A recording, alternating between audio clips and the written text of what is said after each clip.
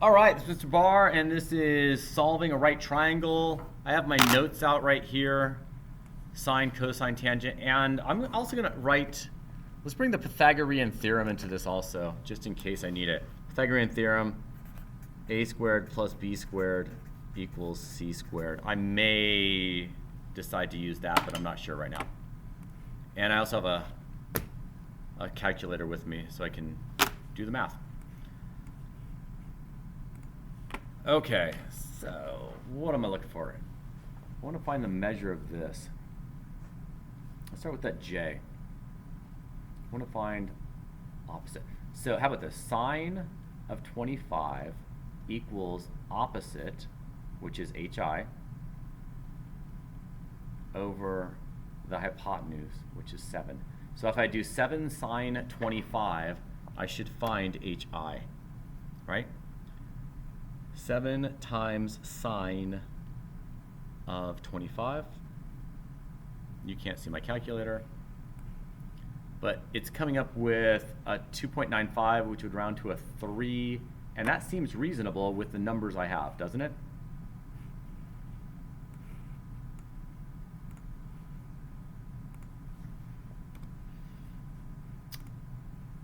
HJ would be cosine 25. Yeah, it would be cosine, wouldn't it? So I'm going to go cosine 25 times 7. Cosine, so 7 times cosine 25, 6.3.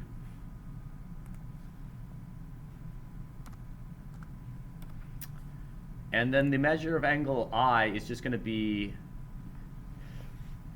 excuse me, the measure of angle I is going to be 180 minus 25 minus the 90, so 65. I know that the angles of a triangle add up to 180, so I just subtracted out the angles that were given. All right, let's see if that works. Perfect. Let's do another one. Okay, QS. QS, so this guy right here, this is what I'm looking for, QS right there. So if I go sine of 59 equals QS over 7, and if I go cosine of 59, that's going to give me RS over 7, and then I'll subtract out angles to find the missing angle right there. So let's do the first one. So 7 times sine of 59, that's going to give me a 6 with the rounding. And then we're going to do 7 times cosine 59. That's going to give me a 3.6. And then I'm going to subtract everything off of the 180. 180 minus the 59 minus the 90. Gives me a 31 for the angle. Terrific. All right, so I guess we're just going to be using sine and cosine, and we just keep doing this over and over again. Let's do one. Oh, wow. Let's do another one.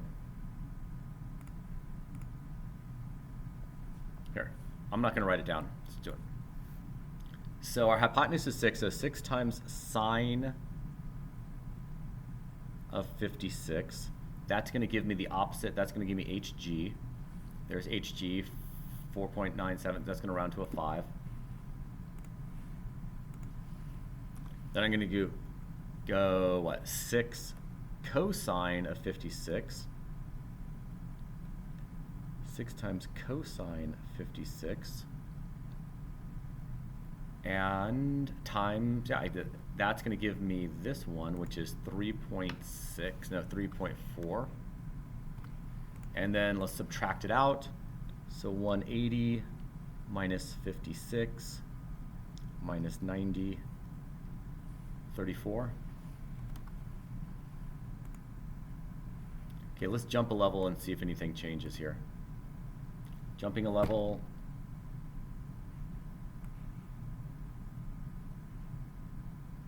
All right, what do you want to do? You want to go tangent of 31? Got lots of options. I have lots of options. We don't have the hypotenuse, so that is going to change things a little bit. We can do this. Tangent of 31 equals the opposite, which is 3 over the adjacent, which is Vx. So to solve this, I've got to multiply both sides by Vx and divide both sides by tangent of 31. So it's really going to be Vx equals 3 divided by tangent of 31. A little bit of algebra there. 3 divided by tangent of 31.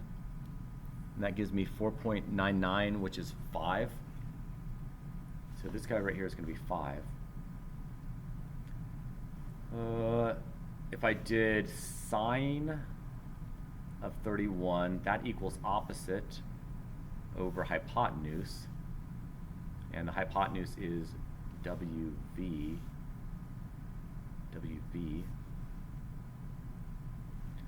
So it's going to be WV equals 3 divided by sine of 31. 3 divided by sine 31. That gives me, oh, you can't see my calculator, sorry. That gives me 5.8. All right, let's get those in. VW is 5.8. Vx is 5. Angles, 180 minus 31 minus 90. What does that give me? 59.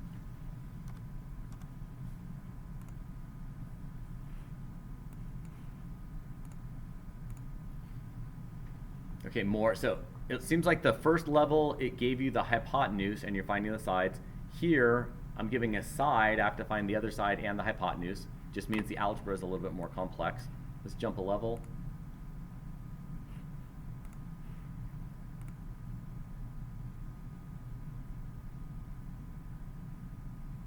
Okay, now we've got to find the angles. All right, let's go find some angles. So we're going to be using our inverse tangents and stuff like that. So GI. You know, how about this, Pythagorean theorem? Let's find GI using Pythagorean theorem. So a squared plus b squared. So 16 plus 49, right? A squared plus b squared equals the hypotenuse squared. So that'll give us our hypotenuse. So 16 plus 49, the square root of the answer, 8.1. So this is 8.1. So we got this one done. Angle G, this guy right here. Well, I'm going to go tangent. Tangent of G equals 4 over 7, opposite over adjacent. So I'll go inverse tangent to find what the angle is. Inverse tangent 4 divided by 7. So 29.7. And then we could subtract it out. Hopefully that'll work. Let's see. 180 minus 29.7 minus 90. 60.7 over here. See if it worked. 8.1 G, 29.7 and 60.7.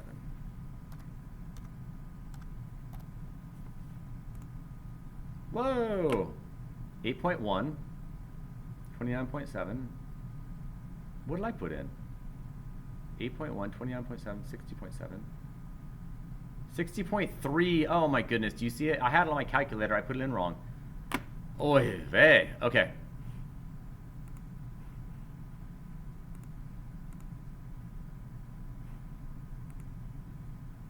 Next level, same idea, finding angles and sides. I just did one like that, even though I got it wrong. There's nothing changing here. Is anything weird happening? Decimals. Nothing weird. And now it's going to have square roots, isn't it? Decimals again. I'll do this one. It's just decimals. All right. You want to use Pythagorean theorem to find the missing side? Let's use Pythagorean theorem to find the missing side.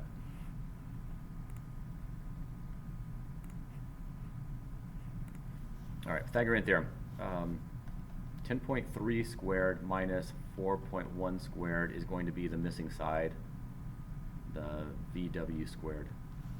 Let's do that. 10.3 squared minus 4.1 squared gives me some answer. Take the square root of that, and I get 9.4. Okay, so my missing side is 9.4.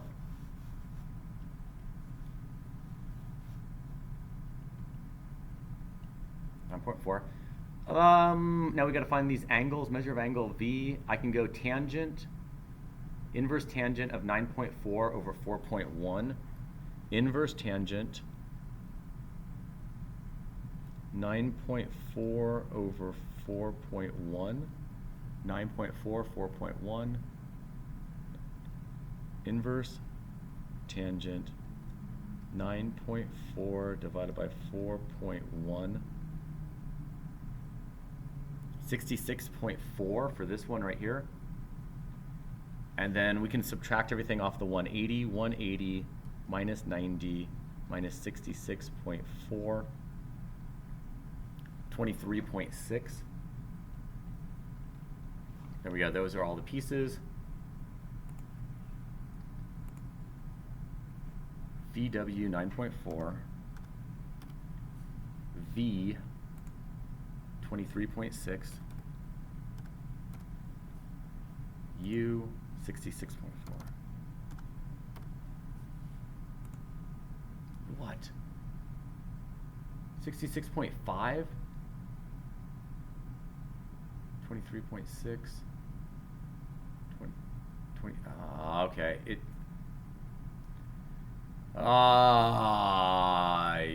Yes. I understand. So it's having issues because I'm doing some rounding, because I'm not doing it exactly how it wants me to do it. So I used that number from the Pythagorean theorem in subsequent steps, and because this one was rounded, because the 9.4 was rounded, it messed up everything else. How would it really like me to do this?